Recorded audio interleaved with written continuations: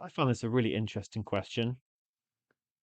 And if you just kind of follow algebra, it kind of does work itself out. It might not be obvious to start with what to do, but we're told that the sum of the lengths of three sides of a right angled triangle is 16 centimeters. So here's the key thing, it's right angled. So I'm going to label it A, B, and C, because I can also then write down Pythagoras' theorem, A squared plus B squared is equal to C squared. Now, because I'm told that the sum of the lengths is 16, I can also write down A plus B plus C equals 16. And then the sum of the squares is 98. So A squared plus B squared plus C squared is 98. And then somehow we've got to find the area. So a half AB, that's the area.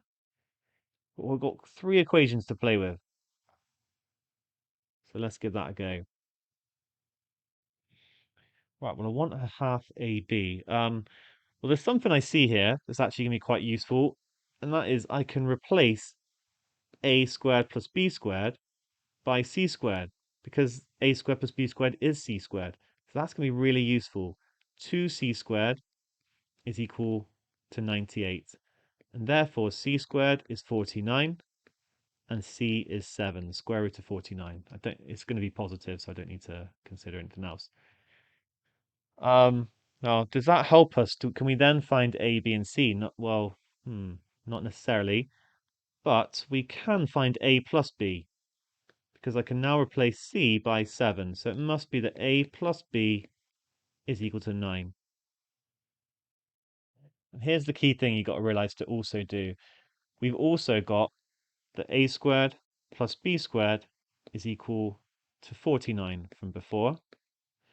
So if I take this equation here and square both sides, then I can relate the two of these together. I'm going to get A squared plus B squared plus 2AB is equal to 81. If I did that too quickly, let me just show you where that came from. I basically have double brackets. Don't forget, A plus B all squared is a double bracket. So I get A squared and an AB and a BA. It's the same thing, and a B squared. And that must mean, well, I can actually subtract these two equations. So I've got A squared plus B squared is 49. So I'm going to subtract them, and I'm going to be left with 2AB is equal to 32.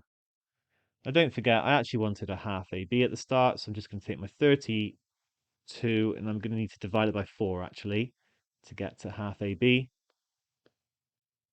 And therefore, I've got my answer. It's going to be 8.